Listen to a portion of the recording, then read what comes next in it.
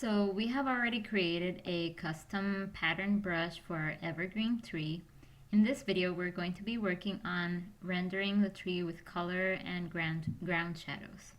So the first thing I'm going to do is I want to apply a gradient fill to this circle, and as you can see here, when I select that, it has a transparent fill right now.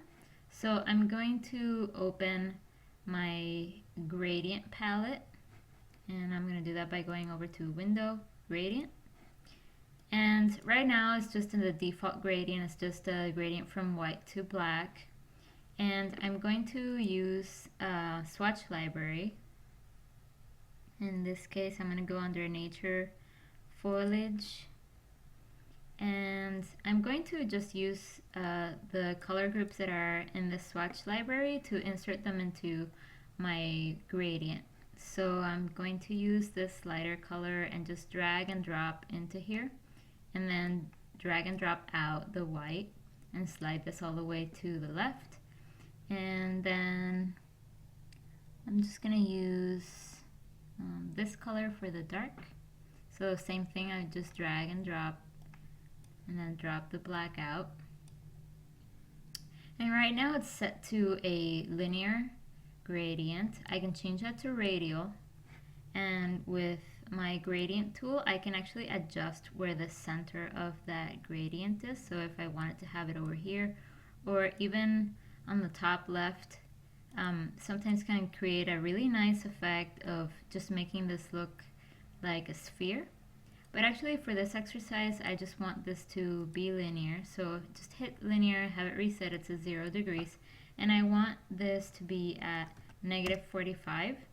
And that way it gives me an even 45-degree angle for the darks in this bottom corner and then the lights in the top left-hand side. And I think that looks pretty good. The only thing that I don't like about this is that, as you can see right now, this is still being applied as a circle.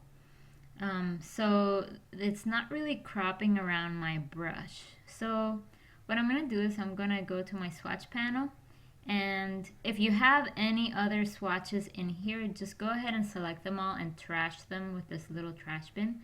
You want to start with a blank swatch, and then with your new gradient fill selected, you're just going to click under New Swatch, and it's going to create a new gradient swatch for you, and I'm just going to call this Tree Gradient. And that'll save the swatch that we've created right here for us for later use. Now I'm going to go ahead and click back on this tree and make it transparent. And like I said, I want to be able to, for the geometry, not to read just the circle. I want to be able to read all the little spikes as well. So what I'm going to do is, with the circle selected, I'm going to go under Object and Expand Appearance. And what that does is that now it's not just a circle with the brush applied, it actually expanded all the little shapes in the pattern of that brush. So you can see the transparent rectangle that we had applied before. And now when I actually touch this, it comes out as all grouped together. So I want to be able to ungroup that, because I want to select just the little stroke spikes by themselves. And they're still grouped, so I'm just going to right click, ungroup, and now I should be able to just select these by themselves. And I'm actually going to pick one of them, and I'm going to say select same stroke weight.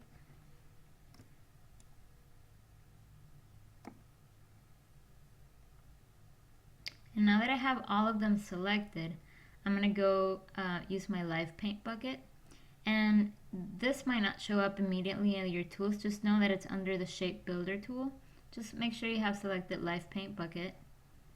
And then on here, I can actually use my left and right arrows to tab through some swatches. And since I don't have a whole lot of swatches in my swatch library, the gradient I created is actually one of the options. So all I have to do is click once, and now it's created that nice shape for me that's cutting through each of the edges, which is exactly what I wanted. And now that that's created, I'm gonna go ahead and go under Effects, Stylize, Drop Shadow, and this is gonna be to create our ground shadows. I'm gonna go ahead and click Preview so we can see what it looks like. The mode is just the blending mode for whatever color is underneath of this. So multiply is fine for now, but just know that there's other blending modes on here, very similar to Photoshop blending modes and their layers, and you can explore this on your own time. But this will do for now. 75% opacity for that shadow is also fine. I actually like the way this looks. Just know that if you actually wanted a harder shadow, you can eliminate the blur completely and make it 0. And that'll make a really sharp shadow. But I don't really want that. I actually like the blurred look. So we're going to turn it back to the way it was. Hit OK.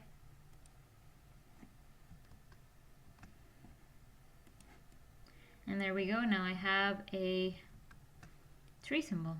And if I wanted to add just a little bit more detail, another thing that I can do in here is I can go with my pencil tool and just draw a little bit of a highlight spot in here.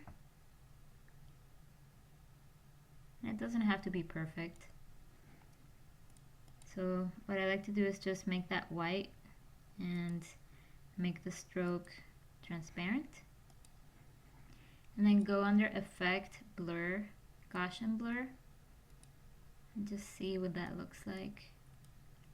Just to blur out the edges a little bit. And then turn the opacity down maybe 50%. And that just gives it a little highlight to the symbol, and I can actually copy that. Control C, Control V to paste. And I can turn this into a shadow as well, so go into that white fill and turn it black and rotate this. And actually for this one we can maybe make it a little bit more subtle, maybe just 25% opacity.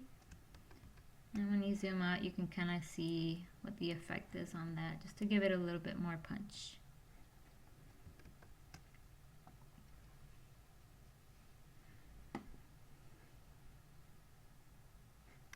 And one thing that's still kind of bothering me about this brush is actually I think I would like for this to be a little bit darker stroke. So actually I'm going to go in here and select same. It won't let me do that because it's actually a live paint group, so I need to expand. Double click, and now with these guys selected I can increase the stroke a little bit just to make it a little bit thicker, because it is a tree symbol after all, so we want to make it pop. And that's in a nutshell how you would create a tree symbol in Illustrator. The last step would be to do the same thing that we did with the deciduous tree. Once you have the symbol exactly where you want it, just go ahead and drag it into your symbol palette. Call it Evergreen Tree, 15 feet. And there we go, we're all done.